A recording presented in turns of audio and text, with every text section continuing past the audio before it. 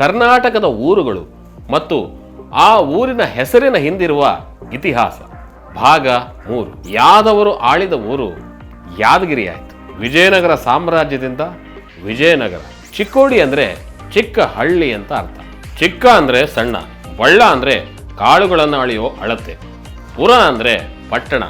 ಇದೆಲ್ಲದರಿಂದ ಹುಟ್ಟಿದ್ದು ಚಿಕ್ಕಬಳ್ಳಾಪುರ. ಕಾರವಾರ ಬಂದಿದ್ದು ಕಡೆ ವಾಡ ಎಂಬ ಕೊಂಕಣಿ ಪದಗಳಿಂದ. ಕಡೆ ಅಂದರೆ ಕೊನೆಯ, ವಾಡ ಅಂದರೆ ಪ್ರದೇಶ. ಕುಂದವರ್ಮ ಆಳ್ವಿಕೆ ಮಾಡಿದ ಊರು ಕುಂದಾಪುರ.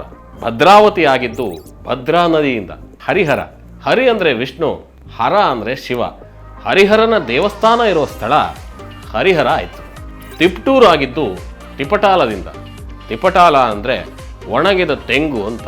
ನಿಮ್ಮ ಊರಿನ ಹೆಸರು, ಹೆಸರಿನ ಹಿಂದಿರುವ ಇತಿಹಾಸ ಗೊತ್ತಿದ್ದರೆ ಕಮೆಂಟ್ ಬಾಕ್ಸಲ್ಲಿ ತಿಳಿಸಿ. ಇನ್ನೂ ಹೆಚ್ಚಿನ ಮಾಹಿತಿಗಾಗಿ ಜಾರ್ ಕನ್ನಡ ಫಾಲೋ ಮಾಡಿ.